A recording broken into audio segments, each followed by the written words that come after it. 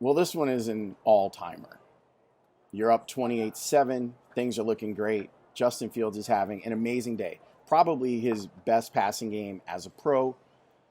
At the time when it was 28-7, he was 23 of 24, 285 yards, 4 touchdowns, and a passer rating that was almost perfect.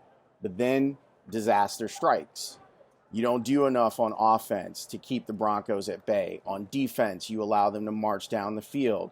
You have a bust that ends up in a sack fumble for a touchdown, and then you can't get off the field. All of this stuff is what happens to bad football teams.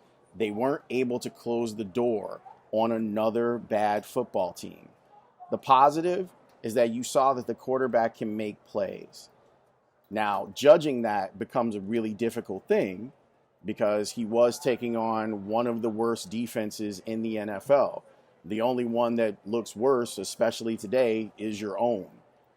Russell Wilson is still capable of making big plays, and you saw him turn back into a Hall of Famer at the end of this game. There's a dart to Sutton in the end zone. I don't know how the Bears recover from this. Your losing streak continues, and now you got to turn it around and go up against a really rough Washington team. It is not going to be easy. I'm here at Soldier Field, and as the team left the field, the fans were booing loudly. There were some really conservative calls, both early in the game and late. Some questionable strategy, like trying to draw the Broncos offside. There's a lot to chew on. The positive, the quarterback looked capable. That's a good place to start, but it's still a 14-game losing streak. Someone has to answer for that.